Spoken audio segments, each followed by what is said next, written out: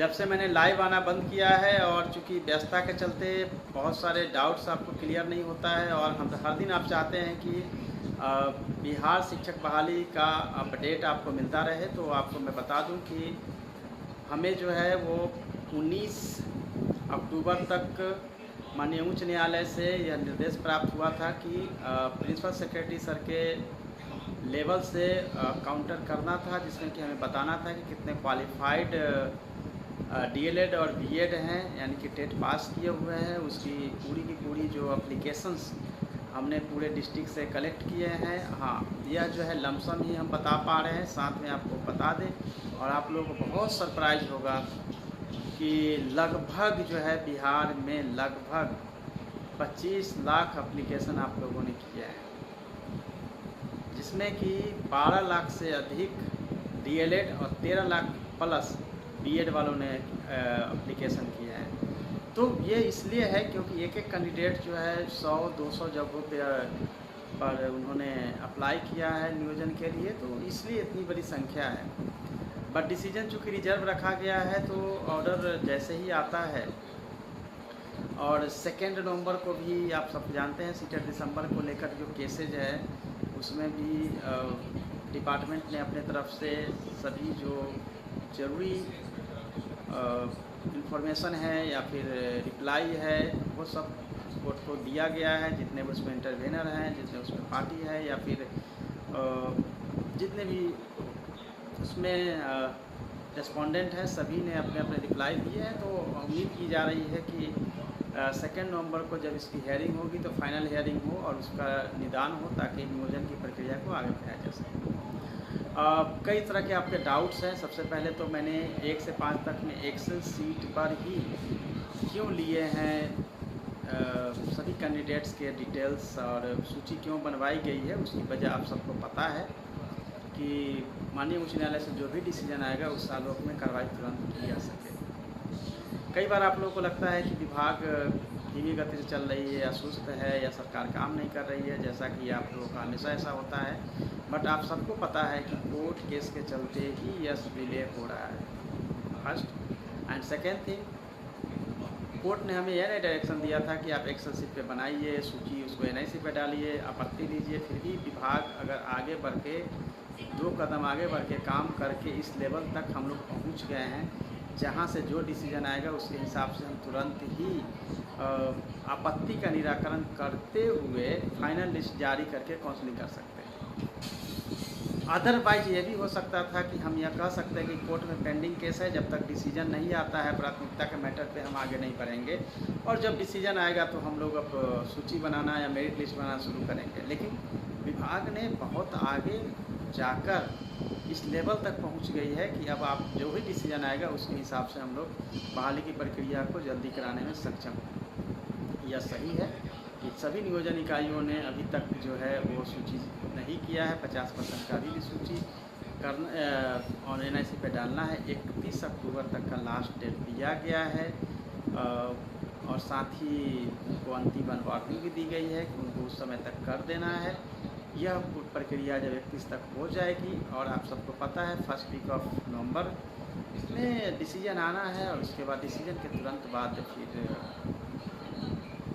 जो भी डिसीजन आएगा उसके अकॉर्डिंगली हम लोग करेंगे। 2 को सीसेट वाले का डिसीजन है, तो उससे हमारा जो 6 से 8 का हम लोगों ने फाइनल मेरिट लिस्ट के लिए भी इंस्ट्रक्शन दे दिया है डीओ डीपीओ नियोजन इकाई को, यानी अनुमोदित कर उस पर भी काउंसलिंग की प्रक्रिया शुरू हो। तो डेट जो बढ़ाई गई है उसमें जब तक सीटेट दिसंबर के केस को हम पूरा नहीं होता है, जिसमें कि हम लोगों को नियोजन पत्र देने के लिए मना है, तो उसमें भी हम लोगों को बढ़ने में कठिनाई हो रही है कि क्या उनको लेना है या नहीं लेना है। एक बार डिसीजन हो जाता है तो ही हम उसमें काउंसलिंग करा के इमीडिएट उसमें करा सकते हैं, इसलिए उसमें डेट दिया गया 1 से 5 आप सबको पता है प्राथमिकता के मुद्दे पे तब तक मेरिट नहीं बन सकती है जब तक ये क्लियर ही नहीं हो कि डीएलएड को प्रार्थना देनी है या नहीं देनी है। तो जब फाइनल मेरिट लिस्ट नहीं बनाई जा सकती है तो डेट को लेकर आप लोगों में जो व्याकुलता है वो नहीं होनी चाहिए कि इसमें कुछ नहीं हो रहा है। और कई बार ये होता है कि हमें सब कुछ कर देना, ऐसा नहीं है। आप सबको पता है कि जब कोर्ट में मैटर पेंडिंग है और उसमें भी स्टे है, पार्शियली स्टे है, तब हमारे हाथ में सब कुछ नहीं होता है। लॉ बाइंडिंग है, हम लोग उसी के हिसाब से काम कर सकते हैं, लेकिन फिर भी विभाग बहुत आगे बढ़कर इस लेवल तक पहुंच गई है, अंतिम पर आप कह सकते हैं जहां अब कोर्ट का डिसीजन भी फाइनल होने पर है। अब जैसे डिसीजन फाइनल होता है, आगे की प्रक्रिया जो है वो 1 महीने के अंदर पूर्ण कर ली जाएगी। और फिर से मैं कहूँगा कि जिस तरह से हमने बीटेट का सभी रिजल्ट वेबसाइट पे रखने के लिए कहा है, सीटेट वाले पे भी हमारी नज़र रहेगी और उनको भी किसी न किसी तरीके से उनके भी रिजल्ट जो है वेबसाइट से हम लोग मैच कराएंगे, क्योंकि उसमें भी जो हमें सूचनाएं मिल रही है या जो मेरिट देखने को मिलता है उसमें कहीं ना कहीं गड़बड़ी की संभावना लग रही है। और नियोजन इकाई भी समय अपने काम को पूरा कर पाएगी, इसके लिए प्रयासरत है। और मैंने पहले भी कहा था कि मॉडल कोड ऑफ कंडक्ट चुनाव के समय में भी चूँकि पहले की वैकेंसी है, तो प्रक्रियाएं जो है जारी रहेगी और प्रक्रिया इसमें जारी रही। यही वजह है कि वर्ग 6 से लेकर 8 तक की आपकी प्रोविजनल मेरिट लिस्ट आ भी गई लगभग सभी जगह। आपत्तियां भी 1 लाख से अधिक आई और NIC पे, जिसको का निराकरण करते हुए फाइनल मेरिट लिस्ट के लिए आदेश दे दिया गया। 1 से 5 में भी आपके जो है आपत्तियां ऑनलाइन ली जा रही है। हालांकि आप लोगों को दिक्कतें अभी आ रही थी कि SMS पैकेज के ख़त्म होने के चलते OTP नहीं आ रहा था, वो समस्या का निदान कर दिया गया है। आप लोगों को SMS मिलता रहेगा। और चूँकि आप लोगों को समय भी अभी भी आपके पास 15 दिन का समय, जिसमें कि ऑनलाइन आपत्ति दीजिए। और जहाँ भी नियोजन इकाई से नहीं आया है सूची एक्सेल शीट पर, उसको भी हम लोग जो है मॉनिटर कर रहे हैं और जल्दी ही उस सबको अवेलेबल होगा NIC पे, जहाँ आप अपनी ऑनलाइन आपत्ति देंगे और फिर माननीय उच्च न्यायालय का जो डिसीजन होगा उसके आलोक में आगे कार्रवाई जो है शीघ्र संपन्न करा दी जाएगी। और यह मैं मान सकता हूँ कि सभी युवा दोस्त जो हैं वो लगभग 1 साल से वेट कर रहे हैं, परेशान हैं और कई तरह से परेशानियाँ हैं, उसको मैं समझ सकता हूँ। लेकिन फिर भी आप सब जानते हैं कि हमारी जो सीमा है उसके तहत हम लोग काम पे लगे हुए हैं और आगे लगे रहेंगे। अभी आप लोग जो जिन कॉम्पिटिटिव एग्ज़ाम की तैयारी कर रहे हैं उसमें लगिए, अच्छे से तैयारी करिए और तैयारी के लिए जितनी भी आपको ज़रूरी मार्गदर्शन की ज़रूरत हो मैं आपको उपलब्ध हूँ, आपको मार्गदर्शन देता रहूँगा। और फिर बिहार शिक्षक बहाली को लेकर मैं एक बात और आपको क्लियर कर दूँ कि बिहार शिक्षक से संबंधित जो भी अपडेट है वो हमेशा जो है द इन्फिनिटी लाइव चैनल पे उपलब्ध रहेगा, जहाँ भी टाइम टू टाइम आपको मिलता रहेगा। बहुत सारे ऐसे यूट्यूब चैनल्स हैं जो कि गलत तरीके से बातों को प्रसारित कर रहे हैं और गलत बातों को रख रहे हैं, कट पेस्ट करके आप लोगों में दिग्भ्रमित पैदा कर रहे हैं, उससे बचें। So the infinity live channel को ही आप सब्सक्राइब कर लें और ताकि वहाँ से आपको इन्फॉर्मेशन सही मिलती रहे। साथ ही मैं आपको बताऊँगा कि जो ऑफिशियल पेज है उस पर भारत के सभी राज्यों से यूथ जुड़े हुए हैं और भारत के बाहर के ही बहुत सारे स्टूडेंट्स हैं जो कि जुड़े हुए हैं मेरे जो पेज है उससे। तो मैंने ऐसा डिसाइड किया कि बिहार शिक्षक बहाली से जुड़े हुए जो 95% 99% जो हमारे यूथ हैं वो बिहारी हैं, इसीलिए यूथ फॉर बिहार जो पेज है उस पर इंफॉर्मेशन अब से रहेगा हमेशा।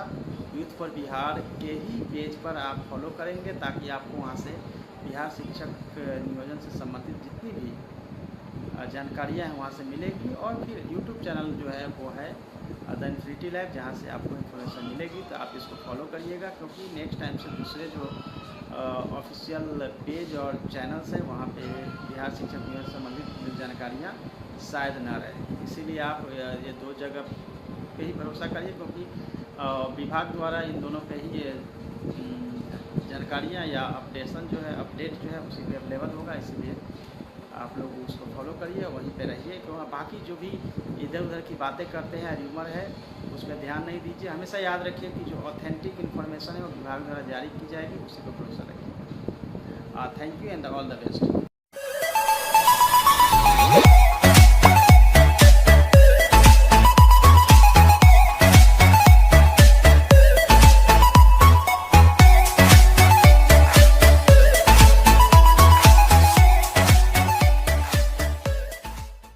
हेलो दोस्तों,